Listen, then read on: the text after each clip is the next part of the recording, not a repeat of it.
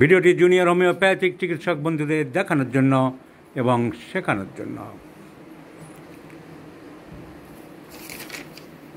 7 বছর বয়স এই বাচ্চা মেয়েটির।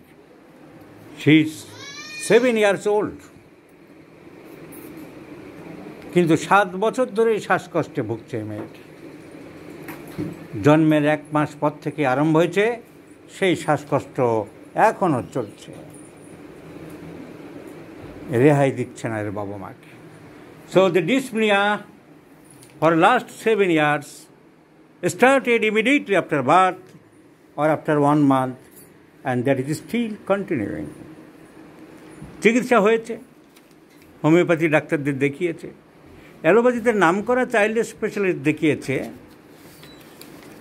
বালিগঞ্জে দেখিয়েছিল এই আমাদের ডক্টর অপূর্ব ঘোষ, ও চাইল্ডের উনি বিখ্যাত ডাক্তার, ভালো নাম করা। কিন্তু ওনাদের যে লাইন তার বাইরে তো ওনারা করতে পারবেন না। ওকে ওই পাপ দিয়েছে টানার জন্যে, বাচ্চাদের যে পাপ সেই ডোজে দিয়েছেন, অ্যালোপ্যাথিক ওষুধপত্র দিচ্ছেন, দিয়ে যাচ্ছেন, কিন্তু সারছে কোথায়? সারছে না তো। যখনই হয়তো দেওয়া হচ্ছে তখনই সাময়িক একটু কম হচ্ছে, আবার 2 দিন 4 দিন যেতে না যেতেই আবার যা তাই, এই তো ঘটনা। খুব পার্মানেন্ট কিওর হচ্ছে না। তো এইভাবে তো চলতে পারে না। একটা বাচ্চাকে সারা জীবন ধরে খালি পাম্প চালাতে হবে, বুকের মধ্যে সাংঘাতিক রালস, সাংঘাতিক কষ্ট পাচ্ছে মেয়েটি। এখন আমাদের শরণাপন্ন হয়েছে এই বাচ্চা মেয়েটির জন্য আমরা কি করতে পারি? তুমি মেয়ে ভালো না খারাপ বলো, তাড়াতাড়ি বলে ভালো, ভালো মেয়ে। তাহলে এই ভালো মেয়েটির জন্য আমাদের কিছু করার দরকার। আমরা কেস টেকিং করলাম, আমাদের ডাক্তারবাবুরা যে কেস টেকিং করেছে, সেই কেস টেকিং থেকে আমি জিস্ট করলাম। জিস্ট করলে কি দাঁড়াচ্ছে?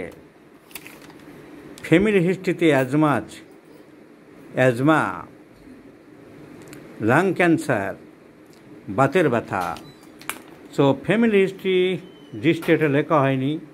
ফ্যামিলি হিস্ট্রিতে অ্যাজমা, রিউমেটিজম, ক্যান্সার, হাঁপানি ছিল, বাতের ব্যথা। মেয়েটার সাবস্টেন্স যা দাঁড়ালো, খুব বেশি সিমটম পাওয়া যাচ্ছে না। কোনো পার্টিকুলার 7 বছর ধরে যদি চলছে, আমি বারবারই বলেছি, যদি বেশি দিন ধরে চলে থাকে তাহলে অ্যানুয়াল কোনো অ্যাগ্রাভেশন আছে কিনা আমাদের দেখতে হবে। সিজনাল অ্যাগ্রাভেশন তা তেমন কিছু বলতে পারলো না। গরমের দিন একটু বেশি বাড়ে বলে ওর মা মনে করছে, সঠিকভাবে বলতে পারলো না, বা সেরকম নেই, তা না থাকলে বলবে কোত্থেকে?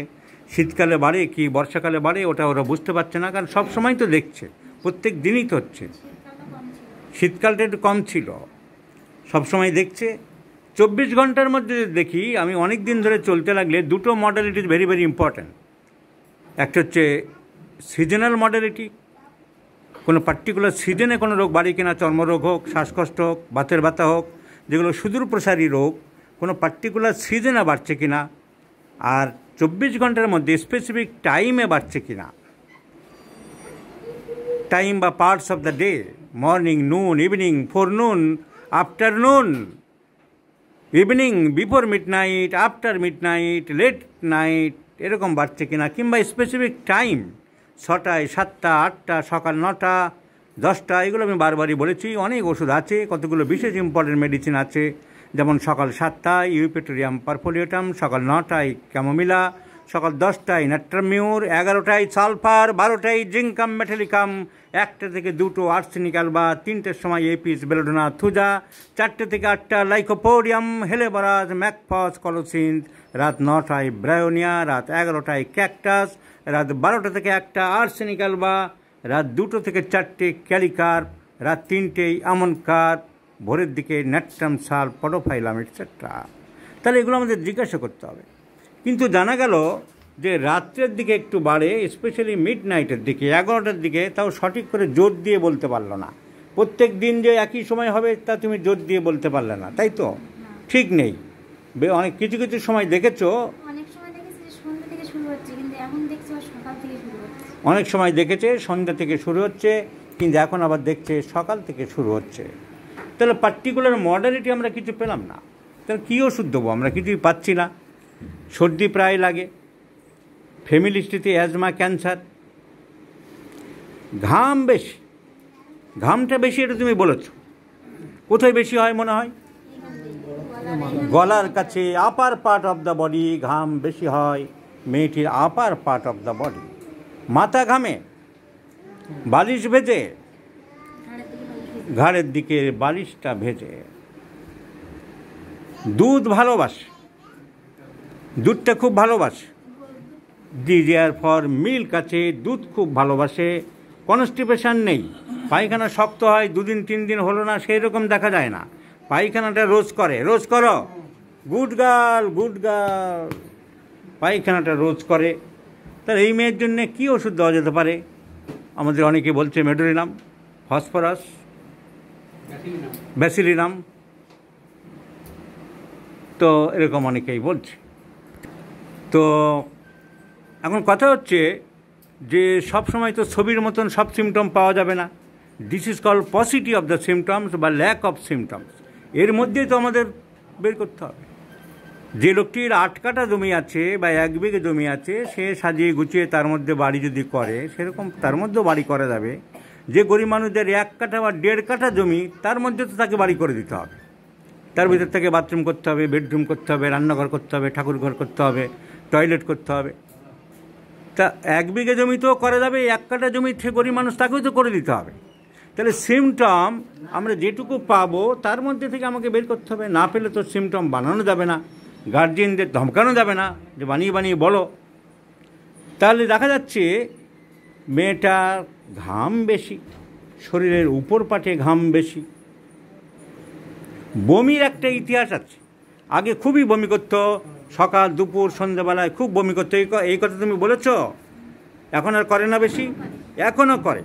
সো বমি লেগে আছে, বমি করতো, ঘাম হয় মাথার দিকে, বালিশ ভেজে, দুধ খেতে খুব ভালোবাসে, অ্যান্ড দ্য ফিজিক্যাল মেকআপ মোটামুটি খুব রোগা পটকা নয়।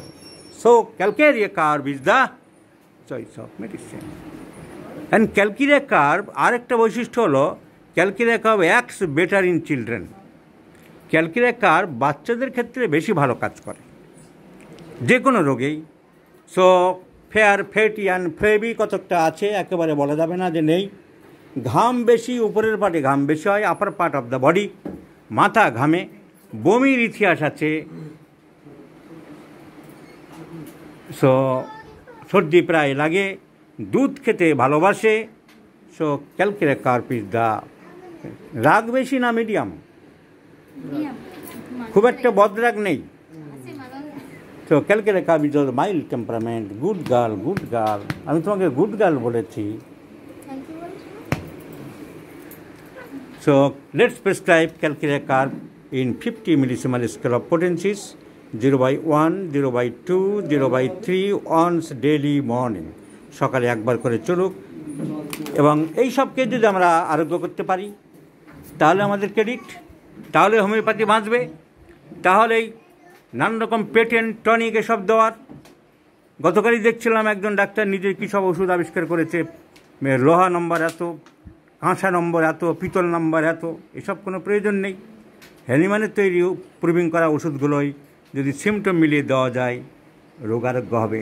আর এই সব রোগ যদি আমরা আরোগ্য করতে পারি, তাহলে এই যে নাম করা চাইল্ড স্পেশালিস্টরা যেখানে সারাতে পারছে না, বছরের পর বছর চিকিৎসা করে গেছে, বান্ডিলের পর বান্ডিল প্রেসক্রিপশান, রোগী তো আরোগ্য হয়নি।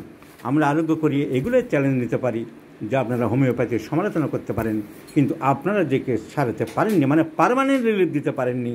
Yes, we have done, we have completed the work, we have completed the task, and I do believe calcarea curve will improve the girl nicely. তোমাদের বাচ্চার কেসটা ভিডিওটা করলাম ডাক্তারদের শেখানোর জন্য। তোমরা পারমিশন দিয়েছো, সেজন্য তোমাদেরকে অসংখ্য ধন্যবাদ জানাই। তোমাদের মেয়েকে আরোগ্যের জন্য যত সম্ভব চেষ্টা করছি, আশা করি সম্পূর্ণ সুস্থ হয়ে যাবে। বসো।